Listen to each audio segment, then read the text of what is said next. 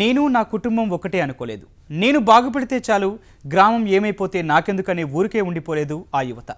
పల్లెల్లో నెలకొన్న చీకటి బతుకుల్లో వెలుగులు నింపాలని చూస్తుంది. 8 ఏళ్లుగా అందుకోసమే కృషి చేస్తుంది.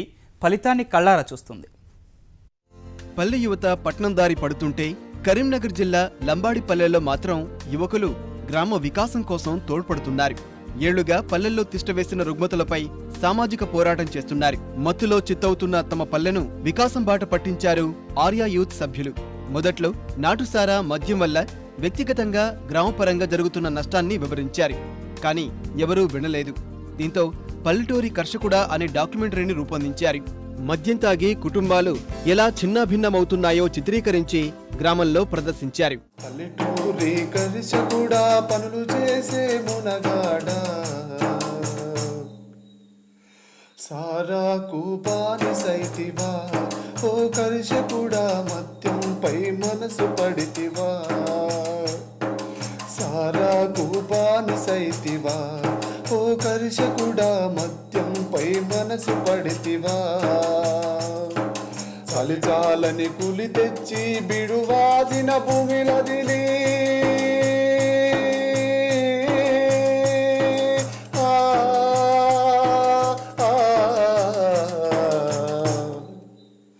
వచ్చిందంతా సారకెడితివా, ఓ కర్షకుడా అలి బిడ్డల మరిచిపోతివా. మద్యంతో ఏమవుతుందని చాలామంది చనిపోయారు. వాస్తవానికి చనిపోయిన విషయం వాళ్ళకు కూడా ఆ మద్యంతో చనిపోయినా తెలియదు. కాబట్టి మేము అది ఎట్లా చనిపోయినా ఎక్స్ప్లెయిన్ చేస్తూ వీడియో తీసాం.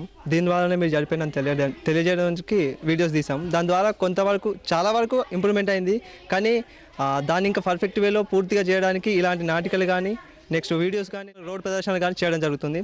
దాని ద్వారా వాళ్ళ కొంతమందికైనా మేము చెప్పేది చేరుతుంది మా ఉద్దేశం. పల్లెటూరి కర్షకుడా డాక్యుమెంటరీతో గ్రామంలో కొంత మార్పు కనిపించింది.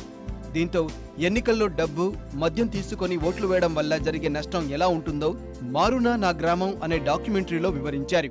అప్పుడేమో ఎలక్షన్ అయినప్పుడేమో నాకే ఓట్లు అని మంది పట్టుకు వచ్చి కాలు ముక్కుడు అది ముక్కుడు బాధ్యత కూడా ఓటేసుకున్నావు. మంచిగా గెలిచినావు. మంచిగా బిల్డింగ్ ఎట్లా కట్టిన చూడు బిల్డింగ్ కట్టిన మంచిగా కూర్చున్నావు. ఇప్పుడు అంటే నువ్వు మంచి కూడా మేము నాశనం కావాలా? ఇదే నా పని వాళ్ళు చెప్పు. నకురాలు చేస్తున్నావురా? కట్టలు తీసుకోలేదారా? బాటిల్ తాగలేదారా?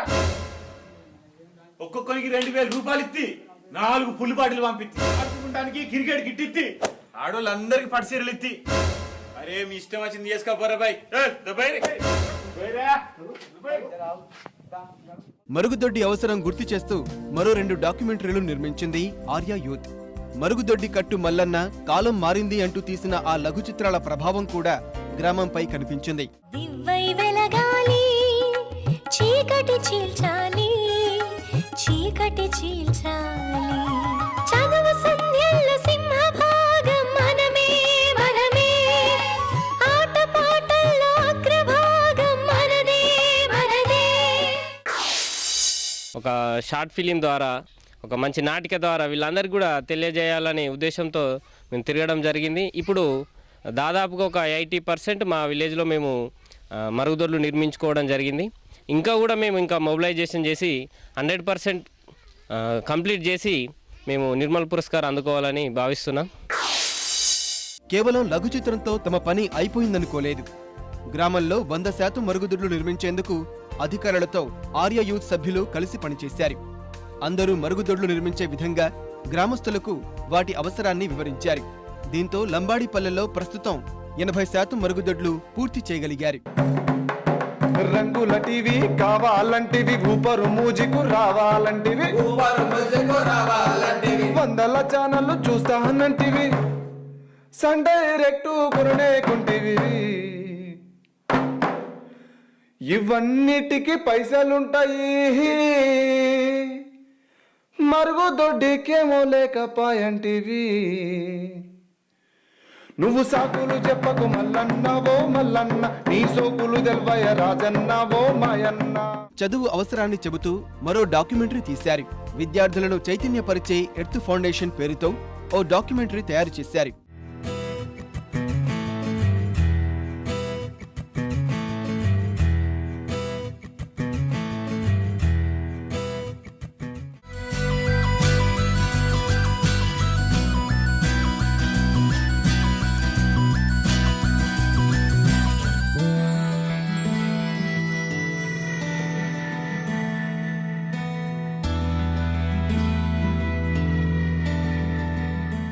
5 ఏళ్లలోపు పిల్లలు అత్యధికంగా చనిపోతుంది మన దేశంలోనే.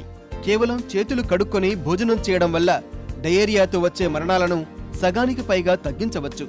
ఈ విషయం తెలిసిన ఆర్య యూత్ చిన్నపిల్లల్ని చైతన్యపరుస్తోంది. ఒక 7-8 సంవత్సరాల నుండి ఈ యూత్లో కార్యక్రమాలు పాల్గొంటున్నాం.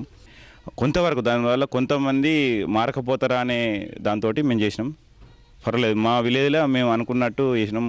మళ్ళీ ఇంకొకటి ఏంటంటే మా విలేజ్ కొంచెం డబ్బు అనేది తీసుకోకుండా మంచి వ్యక్తిని ఎన్నుకున్నారు. దానికి చాలా సంతోషం. కేవలం డాక్యుమెంటరీలు, ప్రదర్శనలు వేయడమే కాదు, ఊరికి అవసరమైన పనులు చేయడంలోనూ ఆర్య యూత్ సభ్యులు ముందున్నారు. సొంతంగా గ్రంథాలయం ఏర్పాటు చేసుకున్నారు. గ్రామానికి బస్సు రాకపోతే గ్రామస్తులను వెంటబెట్టుకుని వెళ్లి అధికారులతో మాట్లాడారు. బస్సు వేయించుకున్నారు. పిచ్చి మొక్కల తొలగింపు, స్వచ్ఛ భారత్ ఇలా పలు రకాల సేవా కార్యక్రమాలు నిర్వహిస్తూ యువత ఆదర్శంగా నిలుస్తోంది.